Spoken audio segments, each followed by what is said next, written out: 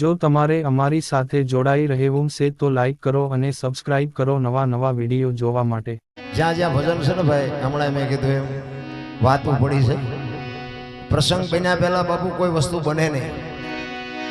આપણે આને મકાન કહીએ છીએ પણ આને મકાન કહેવાય, પણ આમાં બધી ઈંટું જોવે, રેતી જોવે, સિમેન્ટ જોવે, પાણી જોવે, કપચી જોવે, લોખંડ જોવે। આમાં આપણે મકાન ક્યાં ક્યાં આપણે આંગળી ક્યાં મૂકવી?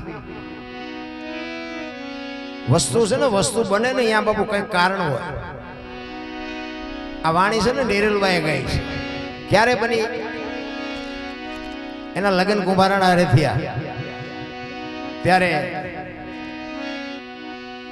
નિરલભાઈ ને વળાવવાનો સમય થયો ને, એમના બાપુજીને મળવા માટે આવે છે નિરલભાઈ, અને એમના બાપુજી રડે છે, કારણ કે દીકરી વિદાય વહમી છે ભાઈ। ગમે એવો બાપ હોય ને, કોઈ દી જિંદગીમાં રોયો ન હોય, પણ બાપુ એનું પારેવો જેથી માળો મૂકીને જાય ને તેથી ગમે એવો બાપ હોય ભાંગીને ભૂકો થઈ જાય। જ્યાં ધર્મ ધ્રુજો ને બાપુ, જ્યાં પુરુષ નથી પૂગ્યો ને આ દેશની આબરૂ બાપુ દીકરીઓ રાખી છે। એટલા માટે આ વાણી છે ને નિરલભાઈના જ્યારે લગ્ન થયા ને કુંભારાણાની હારે, એમના પિતાજીને મળવા આવે અને પિતાજી એમના રડે છે। પછી એમના પિતાજી કહે છે કે બેટા મારી પાસે કંઈક માગો। એટલે દીકરી એમ કહે છે કે પણ બાપુ હવે ખટારા ભરાય એટલું આપ્યું, આમાં મારે કંઈ માગવાની જગ્યા નથી, શું માગવું? ઘણું છે, આમાં ક્યાં મને થોડું આપ્યું છે? કે પણ બેટા તમે કાંઈક મારી પાસે માગો તો મને એમ થાય કે મારી દીકરીએ મારી પાસે કંઈક માગ્યું છે। કે બાપુ તમારી જો બહુ ઈચ્છા હોય ને તો એક ગુરુ મહારાજને બોલાવી દો, મારે એમના દર્શન કરવા છે। જો આ સંસ્કાર આપણી દીકરીને કીધું હોય કંઈક બેટા માઇક કંઈક માઇક, તો આપણે શું કે 2 તોલા હોણું લઈ દો, પડ્યું છે કાંઈ ભાવશે। આ સંસ્કાર બાપુ બજારે નથી મળતા, એ તો લોહીમાં હોય।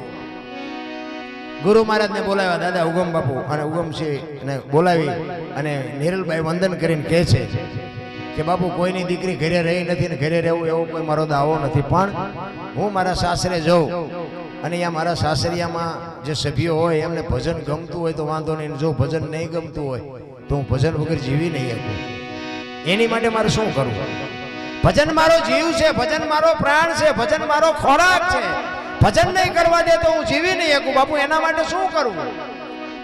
એક શાલિગ્રામ ભગવાનની મૂર્તિ આપી ગુરુ મહારાજે કે આને લઈ જા બેટા અને તારા રૂમમાં રાખજે, દીવો અગરબત્તી કરજે, તને ભજનની મોજ લૂંટતી હોય ને એવું તને લાગશે। એટલે કુંભારાણા કઈ હારા તો નહોતા, એ નિરલભાઈ જઈને માર્ગે ચડાવ્યા। આ દુનિયા માને છે ને, આપણી વાણી છે ને, ઓતર દિશાથી એક ચારણ આવ્યો કુંભા તારે દ્વાર। વાણી તો ઘણી બધી છે, પણ આપણને એમ થાય ખાનારા નથી મળતા, ક્યાં નાખું? એની બાપુ વાયકાની એવડી મોટી પરંપરા હતી ને, એ ગઢવી અહીંયા આવ્યો ને, સંતો એમ કહે છે કે કુંભારાણાને 1600 રાણીઓ હતી, પછી એટલી હોય એટલે હાસું ખોટું મારો રામ જાણે। એ 1600 રાણીઓ હતી ને, પછી ગઢવી એમ કહે છે કે હું તમારું નામ સાંભળીને કંઈક માગવા આવ્યો છું, કે માગો માગો, સોનું ચાંદી જે જોઈએ માગો। એ કે એવો કચરો મારે ઘણો પીડ્યો છે, હું એ લેવા નથી આવ્યો। કે તો હું જોવે? એ કે મને એક રાણી આપો। એટલે કુંભાને એમ થયું મારે 1600 રાણીઓ છે, મને રાણી તો હું આપું, પણ 1600 મારે કેવું કોને તું જાય? એટલે એના આમ આંટો માર્યો ને એટલે બધી એને ખબર પડી ગઈ કે એક ચારણ આવ્યો છે અને બૈરું માગે છે, ઓલીને એમ કે મને દઈ દઈશ, ઓલીને એમ કે મને દઈ દઈશ, બધી માળા અગરબત્તીઓ આરતીઓ પૂજા મંડ્યું કરો। એટલે હાવ નવરી ખોયું ઘોડે બેઠી। એટલે કુંભાઈ આમ જોયું કે આ કોઈ દી દીવો નથી કર્યો, પણ આ ખમાસાર મળ્યા ને એમાં બધી ભક્તિના માર્ગે ચડી ગઈ। એટલે પછી ફરતા ફરતા નિરલભાઈ પાસે આવ્યા, એ કે એક ચારણ આવ્યો છે અને એ એમ કહે છે કે મને એક તારી રાણી આપી, અને આ 1600 જગ્યાએ મેં બધી આંટો માર્યો પણ બધી માળાઓ લઈ લઈને બેઠી હોય, કે મારે આમાં કોને કહેવું? ત્યારે નિરલભાઈ એમ કહે છે કે મને આપી દો, હું જાઉં। જો બાપુ બૈરું તો અડધું અંગ એને કહેવાય। પતિની વાત પત્નીને સમજી શકે ને પત્ની પતિની વાતને સમજી શકે ને એને અડધું અંગ કહેવાય, અને એને પતિવ્રતા કહેવાય। બાકી તો આપણે ઘરે ઘણી જગ્યાએ જોઈએ, આપણને એમ થાય કે હવે આમાં શું વાત કરવી ભલામણ। નિરલભાઈ કહે છે કે મને હોપી દો ચારણ હારે, હું જાઉં, અને પછી કુંભો ના પાડે છે કે હવે મને માર્ગે ચડાવ્યો ને તમે વ્યા જાઓ, મને ઠેઠ પોગાડે કોણ? જો આ પીડા કહેવાય। અને પછી નિરલભાઈ ને એમ થયું કે હવે આને હજી હવે મગજમાં ઉતર્યું ભજન. પછી કુંભાને કહે છે કે ભજન ઉપર ભરોસો છે કે તો હા, ગુરુ ઉપર ભરોસો છે તો કે હા, શબ્દ ઉપર ભરોસો છે તો કે હા, તો કે જાઓ ચારણને જઈને કહી દો કે 1600 રૂમમાં 1600 રાણીઓ છે, જે રૂમમાં મારી હાજરી ન હોય ને એ રાણી ને બેલ બે તારા બાપના કહી દો જાઓ. હગડગ થતું તું મન, 1600 રૂમમાં 1600 રાણીઓ 1600 જગ્યાએ હું કેવી રીતે હોય? કુંભાને હગડગ થતું. પણ નિરલભાઈ કહે છે ગુરુ માથે શબ્દ માથે ભરોસો હોય તો તમે ગભરાવમાં જાઓ અને કહી દો, અને એકેય રૂમમાં તમારી હાજરી ન હોય એવું ન બને, તમે જાઓ કહી દો. અને ચારણને જઈને કીધું કે મારા 1600 રૂમ છે ને 1600 રૂમમાં 1600 રાણીઓ છે, જે રૂમની માલિકો મારી હાજરી ન હોય ને એકલી રાણી હોય ને રાણી મેલ બે તમારા બાપનું જાઓ. અને ભાઈ ચારણ નીકળ્યો ને, જે રૂમમાં નજર કરે ને એક કુંભો ને એક રાણી, એક કુંભો ને એક રાણી, એકેય રૂમમાં બાપુ કુંભાની હાજરી ન હોય એવું બને નહીં. અને પછી લાકડી પડે એમ ચારણ પડ્યો. અને તેથી કુંભાને નક્કી થયું કે હારું નિરલ છે ને ઈ જ મારો ઉદ્ધાર કરે, બાકી મારો કોઈ શેડો લાવી શકે એવું જ નથી, એમ નક્કી થવું જોઈએ. એટલે નિરલભાઈ એના સાસરે આવ્યા પછી કુંભાને ભજનના માર્ગે ચડાવે. અને એક દિવસનો સમય અને એને બહાર ગામ જવાનું થયું. અને એમના ભાઈ નાના બાલસિંહ, કુંભારાણાનો નાનો ભાઈ અને નિરલભાઈ નો દિયર,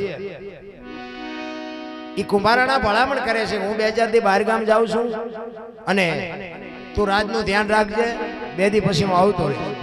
હવે એને ભજન અરે કાંઈ લેવા દેવા નહીં.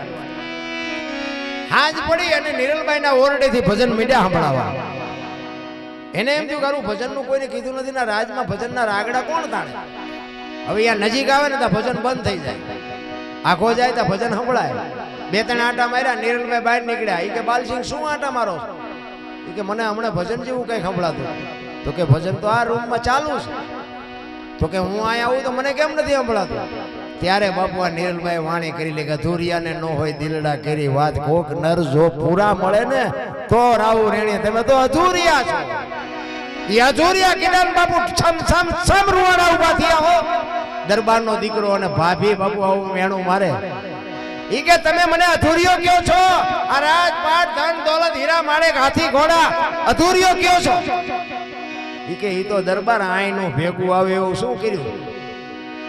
અને પછી બાપુ જેમ દરિયામાં તોરલે જેસલને કીધું ને, અને પછી જેસલને જે હબાકા મીડ્યા ને આવવા, એવા બાલસિંહને હબાકા આવવા મીડ્યા. મારા દીકરું કહે આ બધું છે તો આઈને જ રહેવું.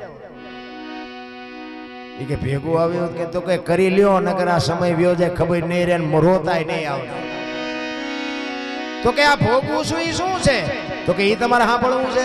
તો કે હા. તો કે સાંભળો. નિરલભાઈ કહે છે બાયલને, શું કહે છે?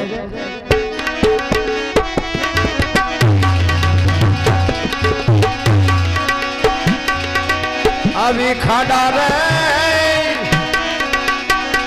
એક બુદ્ધિયાની તમે છો, એ દીકરી રે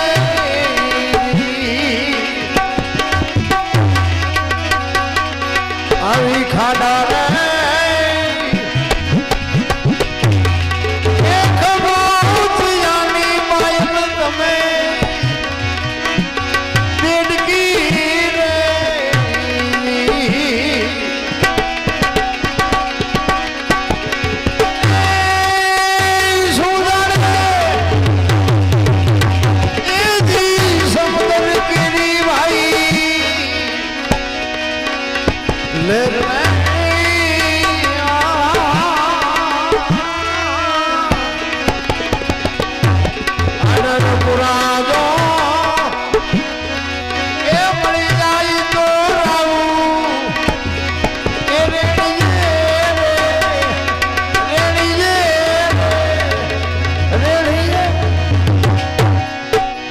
તમારી જિંદગી તો કે ખાડા ખાબોચિયામાં ડેડક્યા માછલા તરફડે એવી છે. દરબાર માર્ગે સડોનગર ખોવાઈ જાઓ, કોઈ બાપો નહીં ધણી થાય.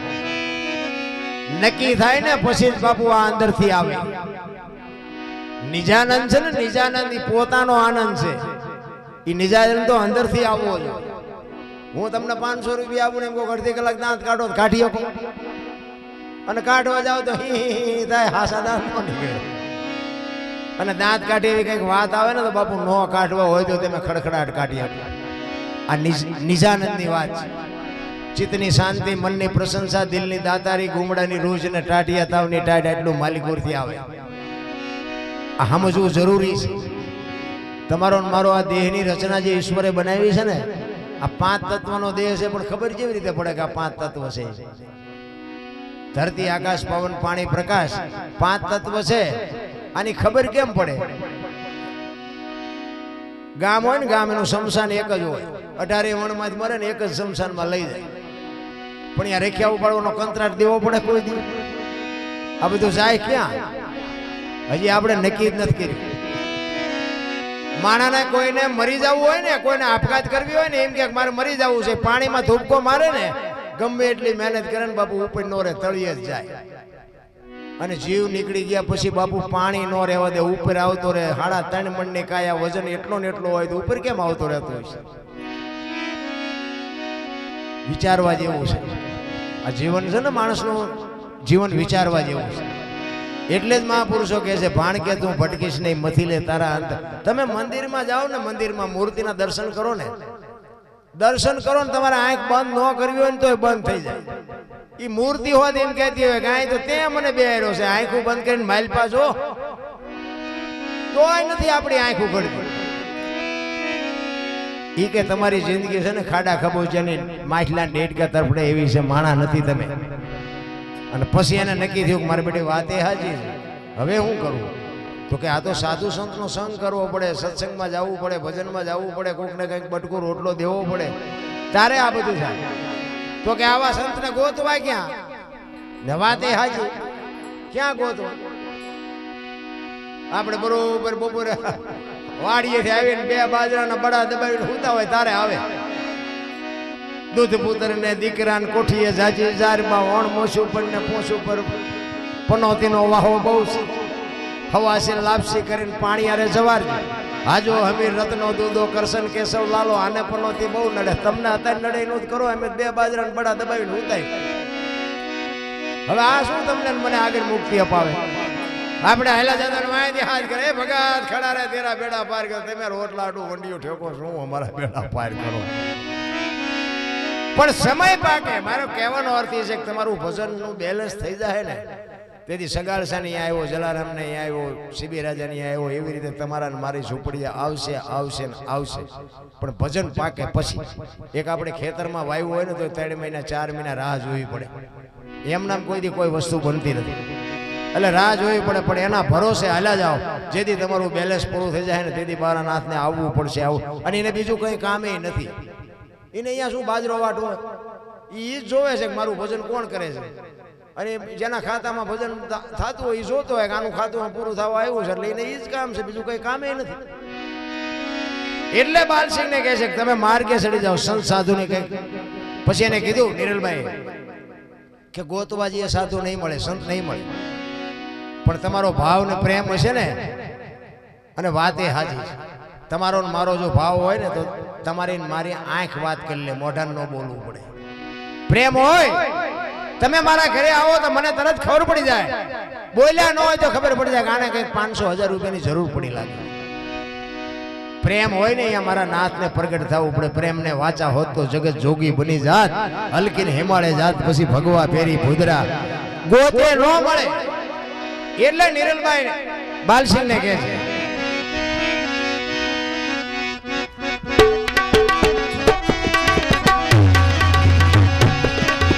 બહાદુરી રનને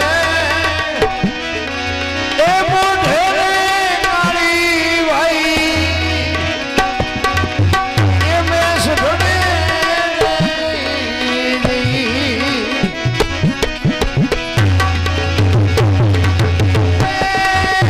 મારા હરિજન એ જીવન હે આજા ભાઈ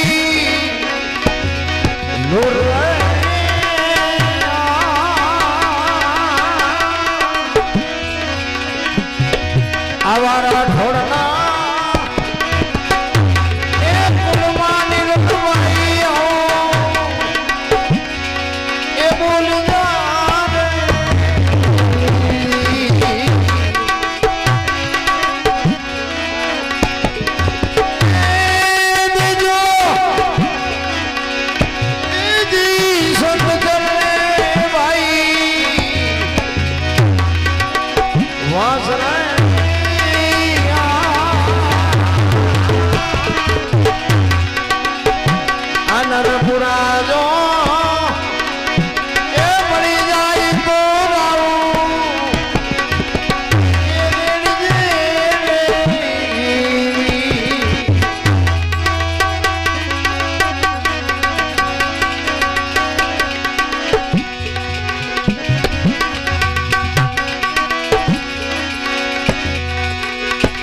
સદા સદમાં એ તમારું હૈયું રાખજો.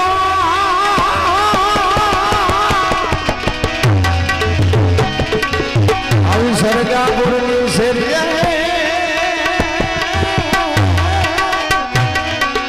હું તો બનીશ વાતની ભગવાન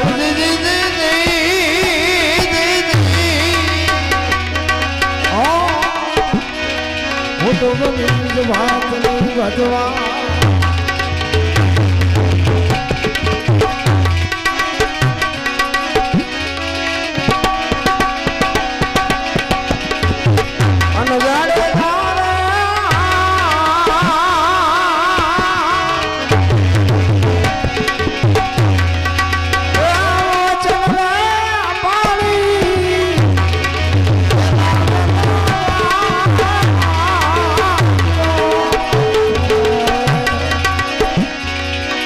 અને વચન જગ્યા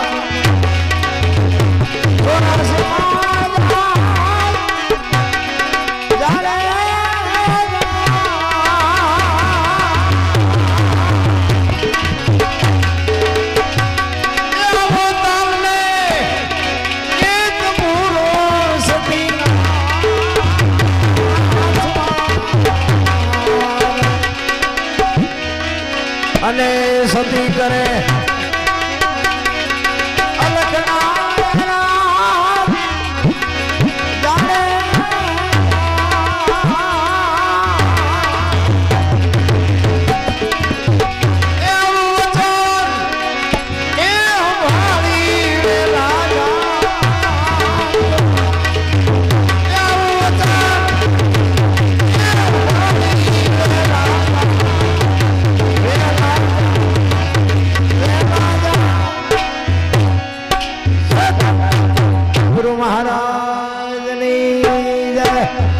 રામદેવજી મહારાજની જય.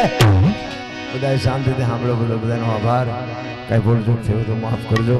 જય માતાજી, જય સિયારામ. જો તમારે અમારી સાથે જોડાઈ રહેવું છે તો લાઈક કરો અને સબસ્ક્રાઇબ કરો નવા વિડીયો જોવા માટે.